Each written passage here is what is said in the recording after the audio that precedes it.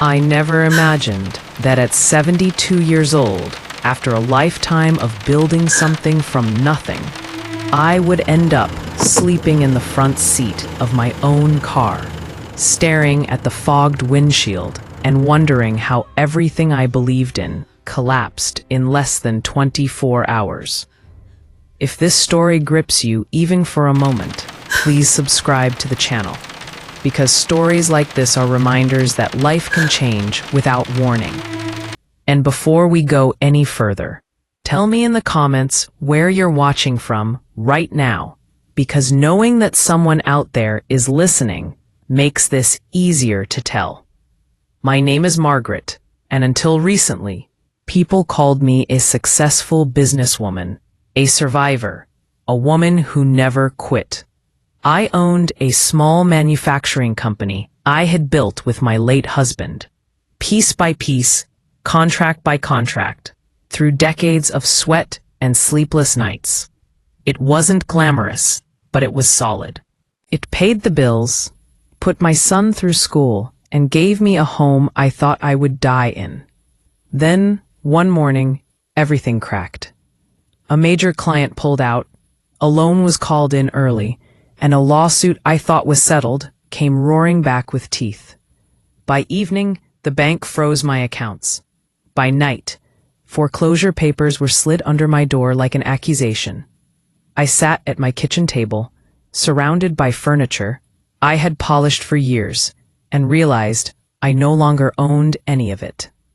I packed what I could into 2 suitcases and a cardboard box, choosing memories over practicality, photographs over clothes, my husband's old watch over an extra pair of shoes. I told myself it was temporary, that my son would understand. He was all I had left. He lived 40 minutes away in a neat suburban house with a trimmed lawn and a 2-car garage. I rehearsed what I would say the entire drive, trying to sound strong instead of broken. When he opened the door, he looked surprised, not relieved. His wife stood behind him, arms crossed, lips tight, eyes already judging the mess I had become. I smiled anyway. I said I just needed a few days, a little time to get back on my feet. He didn't invite me in. He stepped outside and closed the door behind him. His voice was low and careful, like he was negotiating a deal instead of talking to his mother. He said, "Mom, my wife isn't comfortable having you here." It felt like being slapped without a hand. I nodded, because pride is a stubborn thing, even when you're desperate. I said I understood, because saying anything else would have shattered me right there on his porch. I walked back to my car, with my suitcases dragging behind me, each step heavier than the last. That night, I parked in a quiet lot near a closed grocery store. I reclined the seat as far as it would go, wrapped myself in an old coat, and cried until my chest hurt. I watched headlights pass like distant lives moving forward without me. I wondered how quickly a person becomes invisible. In the early morning, just as the sky began to pale, my phone rang. I almost didn't answer, assuming it was another automated warning or a creditor's threat. The voice on the other end was calm, formal, and utterly unexpected. He introduced himself as a butler, said his employer had requested to see me immediately. I asked who his employer was, thinking it had to be a mistake. He said the name, a name I recognized instantly. A billionaire whose face appeared in magazines. A man rumored to be dying and preparing to sign his final will. He said very clearly that his employer had asked for me by name. At that moment, sitting in my cold car with swollen eyes and stiff hands, I had no idea why a dying billionaire would want to see a homeless grandmother like me, but I knew that whatever waited at the end of that call would change everything.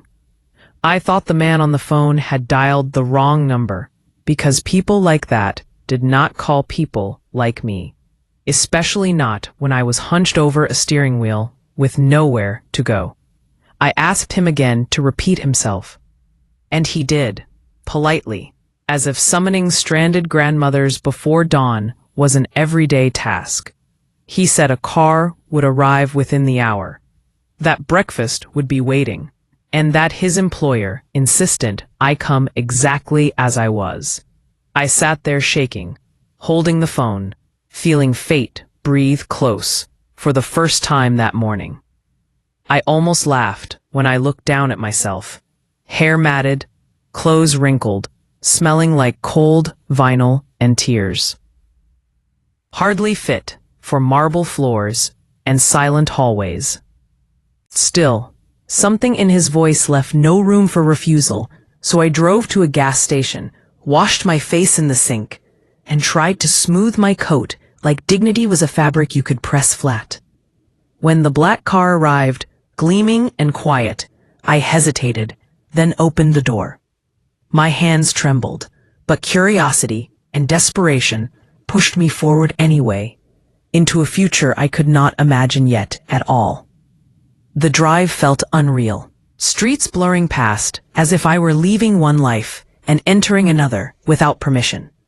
The city woke slowly, coffee shops opening, joggers passing, ordinary mornings continuing while mine had cracked open. We stopped before a towering estate behind iron gates, the kind you only see on television. Inside, the air smelled of polish and flowers. The butler greeted me with a nod, not pity, not surprise, just respect, which nearly undid me. He led me through corridors until a door opened softly ahead, and my heart began to pound loudly inside my fragile chest then. The room was dim, curtains drawn, machines humming with quiet insistence, and there he was, smaller than photographs suggested, but unmistakable. His eyes found mine immediately, sharp despite the frailty of his body. He asked the butler to leave us alone, and when the door closed, silence settled heavy between us. He said my name carefully, as though testing it, and thanked me for coming, which felt backwards somehow. I stood awkwardly, unsure whether to speak or simply listen. He gestured weakly toward a chair beside his bed. My knees buckled as I sat down slowly, breathing shallow breaths alone. He told me he would not waste time, because time had already betrayed him. He said he had followed my career years ago, admired how I rebuilt after my husband died, how I treated workers like family. I listened, stunned, realizing my life had been observed quietly by someone far above my world. He said we had crossed paths once, briefly, decades earlier, on a rainy afternoon I barely remembered, but he never forgot. That meeting, he explained, changed a decision he made later. Now he needed to correct something before dying, and he needed my help desperately. Quietly. Finally. My confusion deepened as he spoke about responsibility, regret, and unfinished debts that could not be paid with money alone. He said his family was gathered downstairs, waiting, expecting signatures and silence. Instead, he wanted me there, as a witness, perhaps as a balance to his past choices. I felt wildly unqualified, a homeless woman sitting beside a dying titan, yet he looked relieved, as if my presence steadied him. He asked about my son, and pain flickered across my face. I did not hide the truth of the night before. Tears came without permission, then, and he nodded knowingly. He closed his eyes for a moment, breathing with effort, then said, "Some families fail the test of love when comfort is threatened." He told me not to excuse cruelty with practicality, words that landed deeper than he knew. He explained that his will was not just about wealth, but about lessons, and that he intended to make a statement that would echo.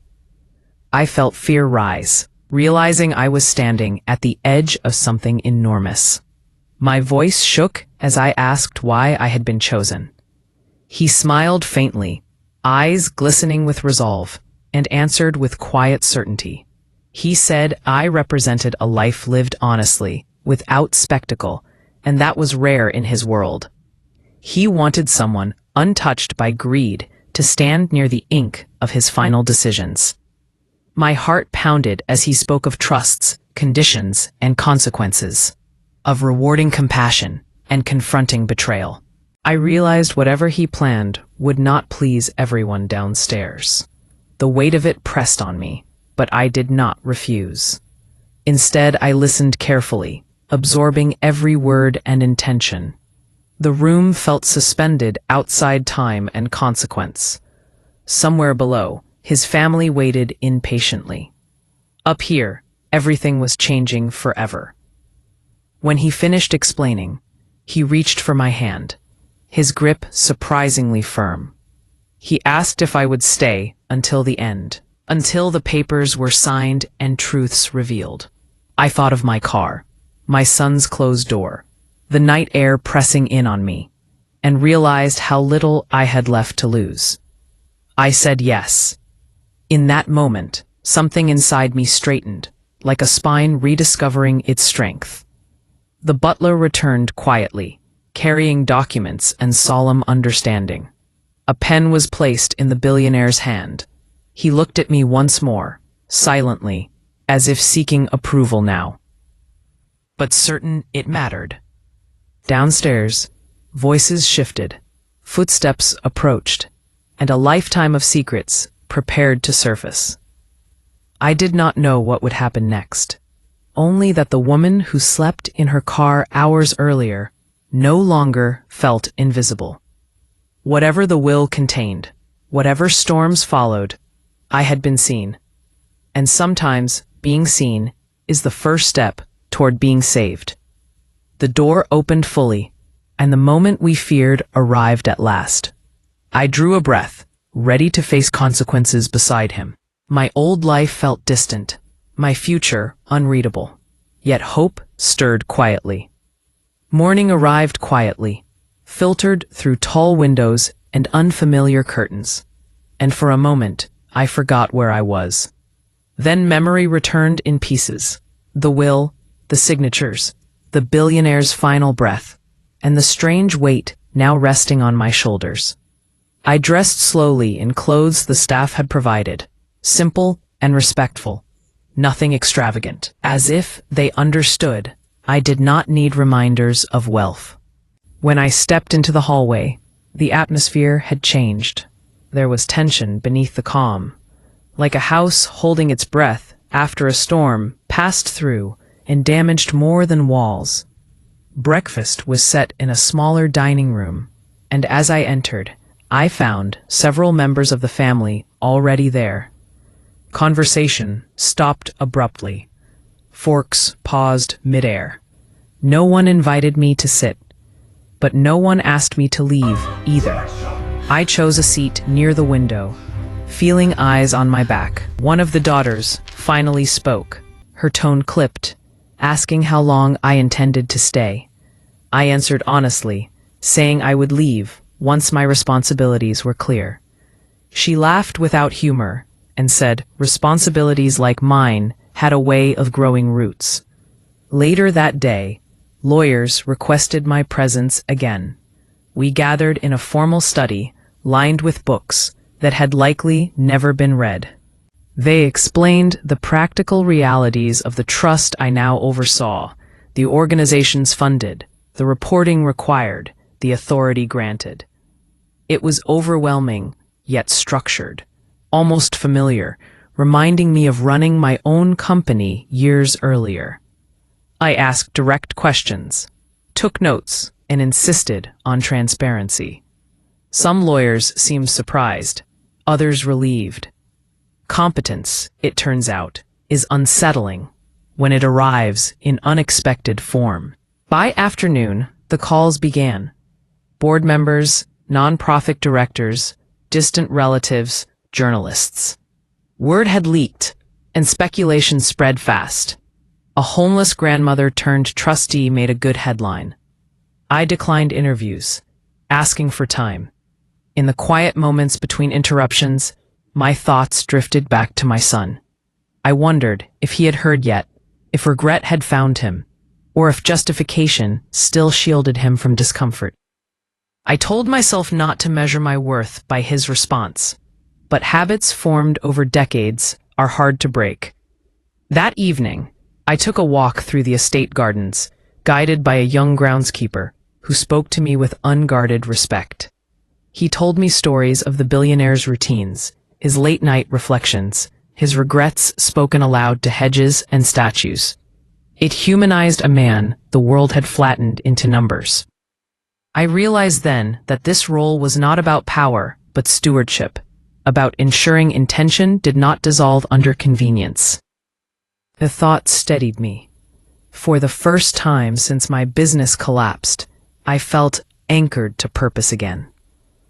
The next day brought confrontation. One son requested a private meeting. He arrived tense, jaw set, words rehearsed. He accused me of manipulation, of exploiting vulnerability.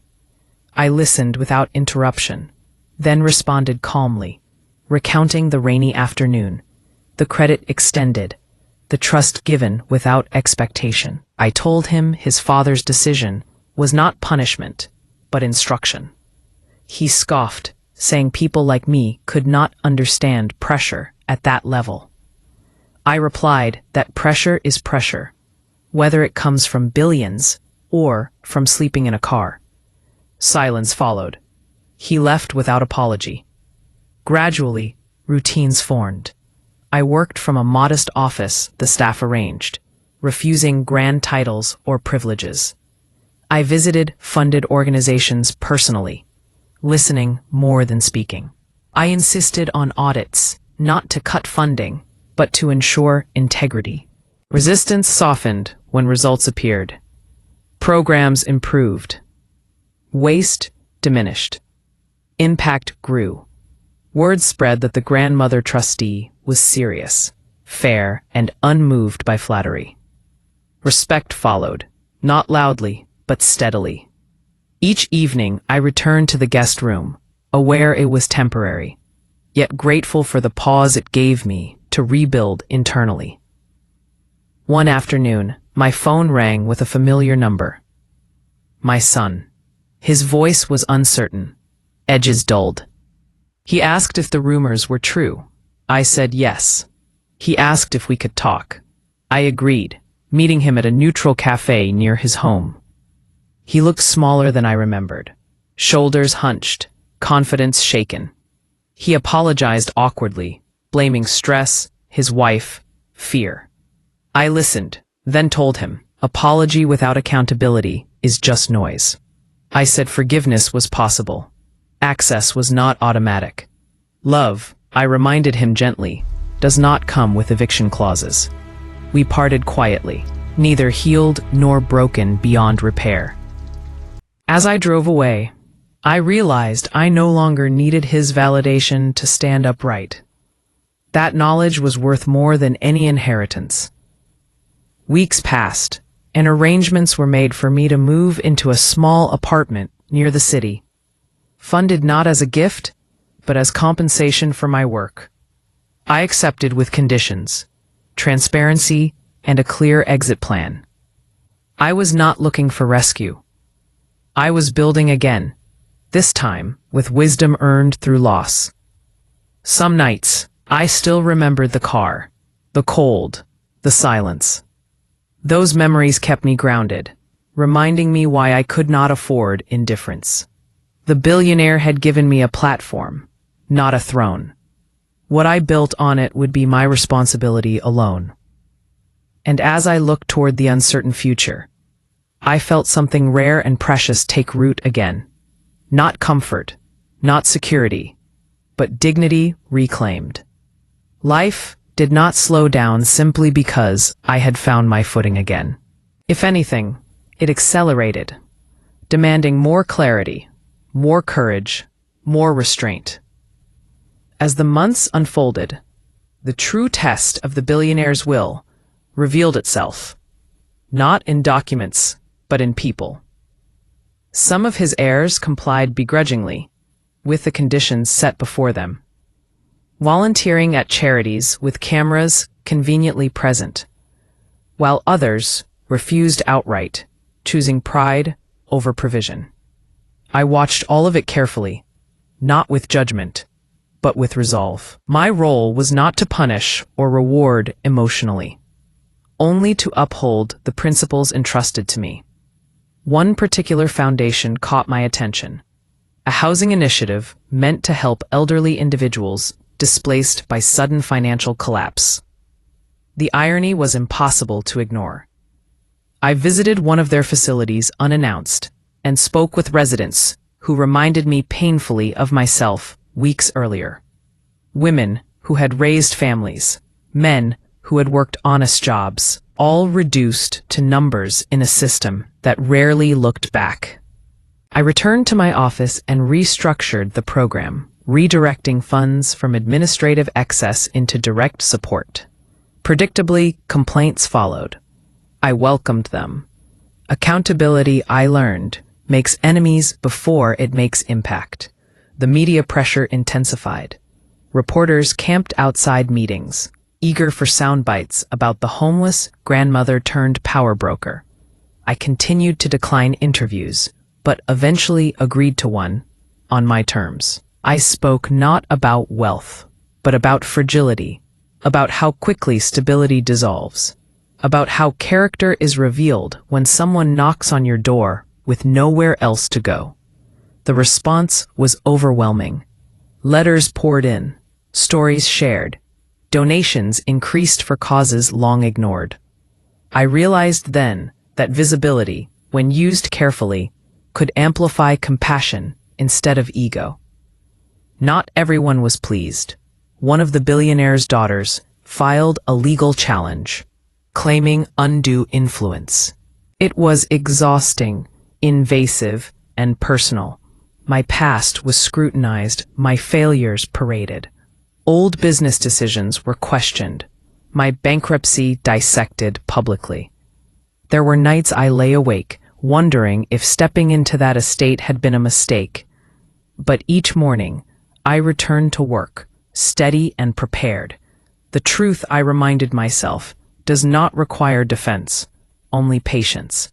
The case was eventually dismissed, but the process hardened me in necessary ways. Through it all, I maintained distance from luxury. I kept my small apartment, cooked my own meals, drove an aging sedan. Some advisors suggested appearances mattered, that I should look the part. I disagreed. Authenticity, I found, disarmed suspicion faster than polish ever could. People trusted me because I did not pretend to be something I wasn't. I was still the woman who counted groceries, who mended clothes, who remembered what it felt like to lose everything in a single day. My relationship with my son remained cautious. He called occasionally, updating me on his life, never mentioning his wife directly. I sensed tension there. Consequences of choices made too easily. I did not intervene. Growth requires space. I loved him, but I no longer chased him. That shift, subtle but profound, changed the dynamic entirely. He began asking questions instead of making excuses. I answered when it mattered. Silence filled the rest. It was enough. One afternoon, while reviewing grant proposals, I received a handwritten letter from the butler. He thanked me for honoring his employer's intentions and said the house felt quieter now, but lighter. He enclosed a photograph of that rainy afternoon decades ago, captured by chance, two strangers shaking hands under a shared umbrella. I stared at it for a long time, overwhelmed by how a single moment of kindness had rippled forward, shaping destinies I could never have predicted. The photograph now sat framed on my desk, a reminder of responsibility's long shadow. As the first anniversary of the billionaire's passing approached, a memorial was planned. I was asked to speak. I hesitated, then agreed. Standing before a room filled with wealth and influence, I told a simple story, not of billions, but of trust extended without guarantee. I said legacy was not measured in what we leave behind, but in what we set in motion. The room was silent when I finished. Some people cried. Others looked away, uncomfortable. I felt calm. That night, walking home beneath city lights, I thought back to the woman I had been in that parking lot, wrapped in an old coat, believing her life was over.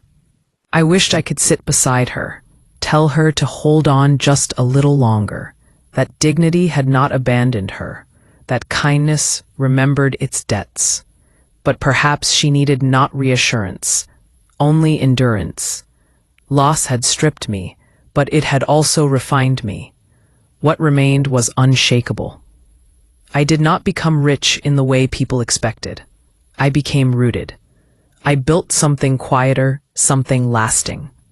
And when I finally turned the key in my apartment door that evening, I understood something with perfect clarity.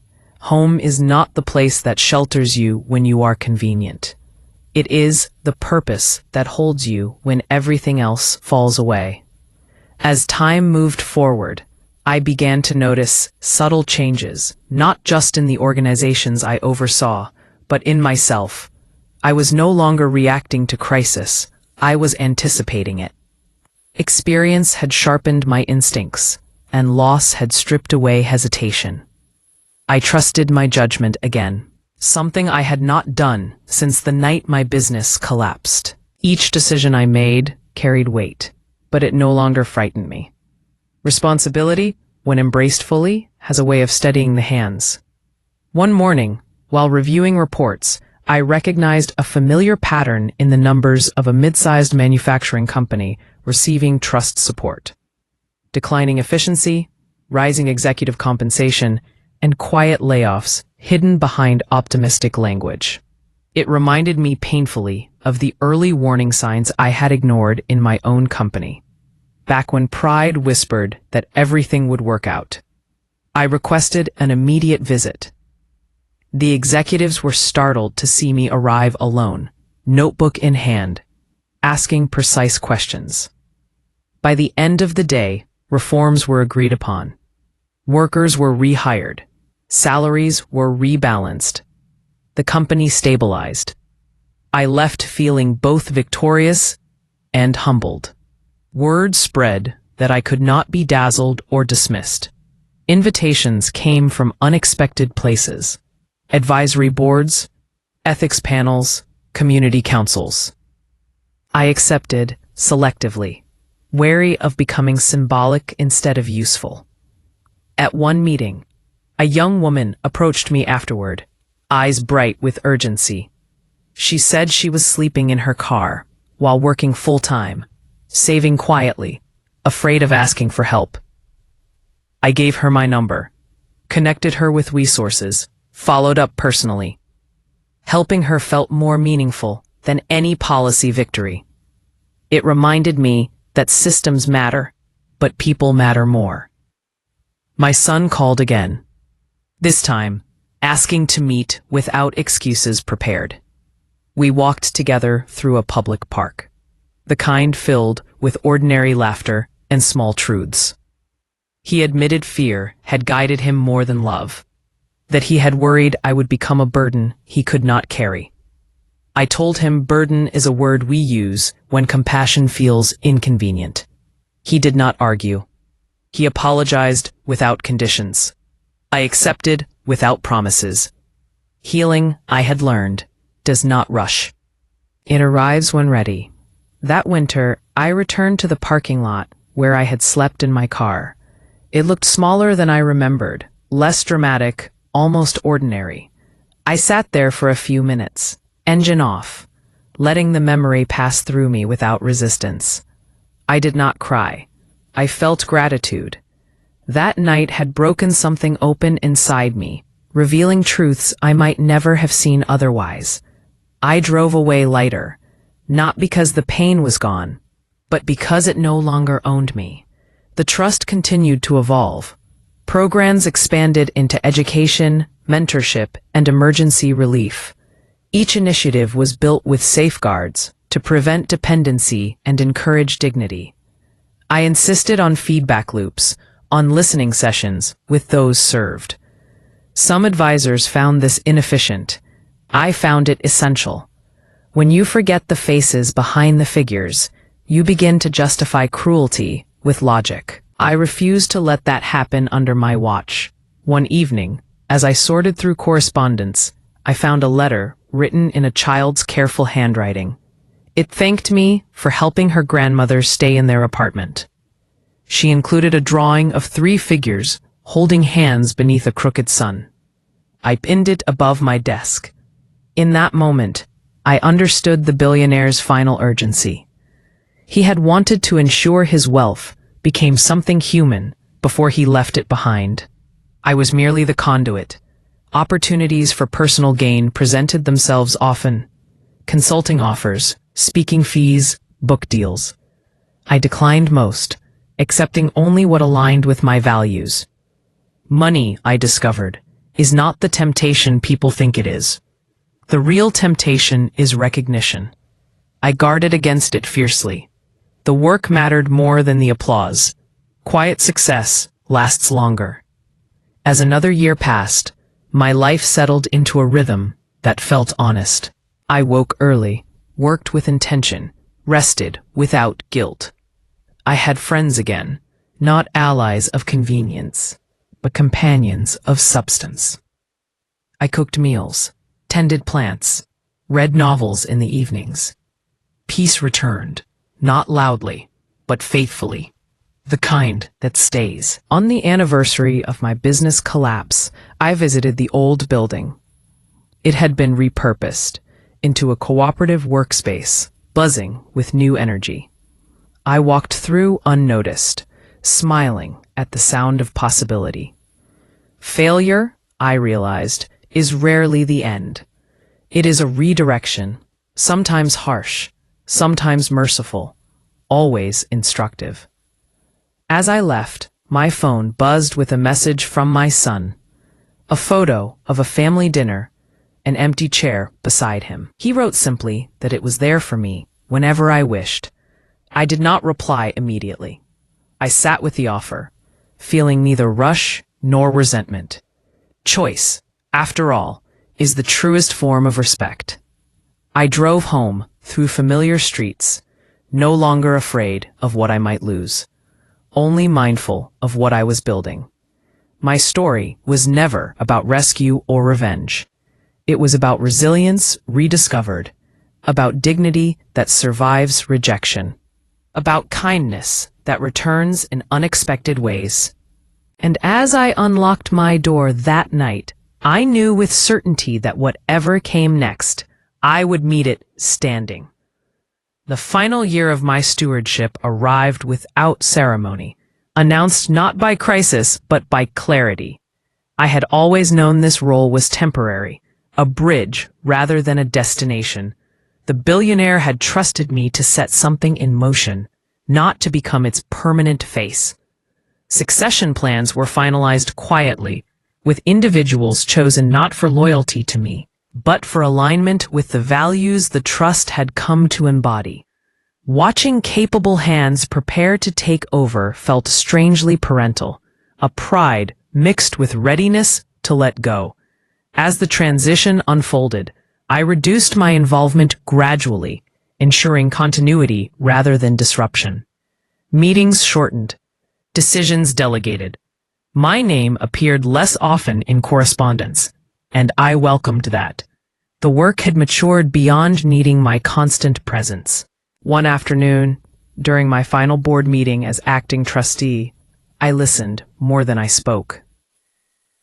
When the vote concluded, unanimous and confident, I felt a deep sense of completion settle in my chest. This chapter, improbable and demanding, had reached its natural close. Outside the formalities, life simplified further.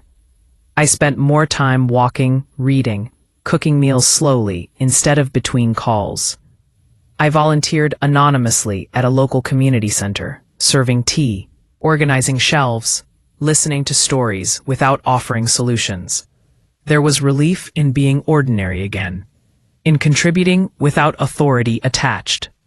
People spoke freely to me, there unaware of my past year, and I cherished that honesty. It reminded me that value does not require recognition to exist. My son and I found a rhythm at last. Dinners became regular, uncomplicated.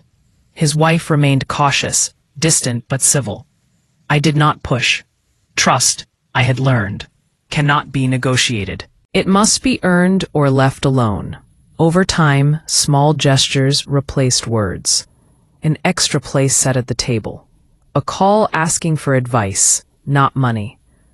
Progress measured not in declarations, but in consistency.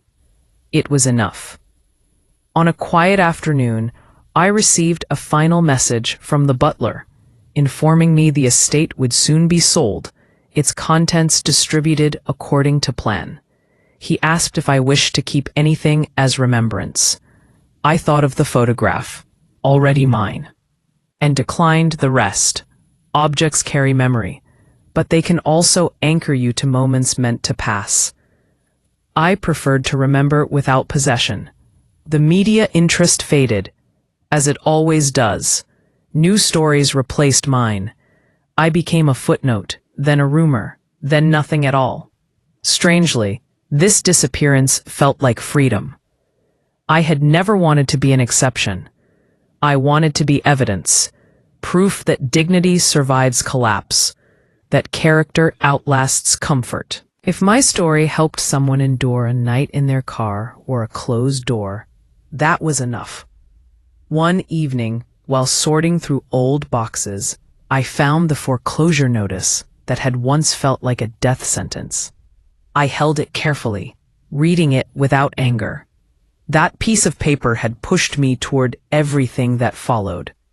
I folded it and placed it back, not as a wound, but as a marker. This is where the road bent, I thought. Not ended, bent. I often reflected on the question people asked most when they did recognize me. Why you? Why that night? Why that call? I never had a satisfying answer. Life does not operate on fairness or symmetry. It moves through chance and choice, through small acts whose consequences echo louder than intentions. All I had done was answer the phone. Everything else followed from showing up honestly. On the anniversary of that first night, I parked my car briefly, engine running. In a quiet lot not unlike the one before, I did not get out. I simply sat, hands on the wheel, breathing evenly. I whispered a thank you, not to fate or fortune, but to the woman I had been. Scared and proud and unwilling to give up. She had carried me here. I owed her that acknowledgement. When I drove home, the sky was clear, the road familiar. I unlocked my door, stepped inside, and felt the calm of a life aligned. I had lost a business, a house, certainty. I had gained perspective, purpose, and an unshakable sense of self. In the end, the billionaire had not rescued me. He had simply recognized something already there. If there is anything to take from my story, it is this. Rejection does not define you. Collapse does not erase you. And sometimes, when you believe you have reached the end of your usefulness, life is simply clearing space for you to be seen. Not by the world, but by yourself.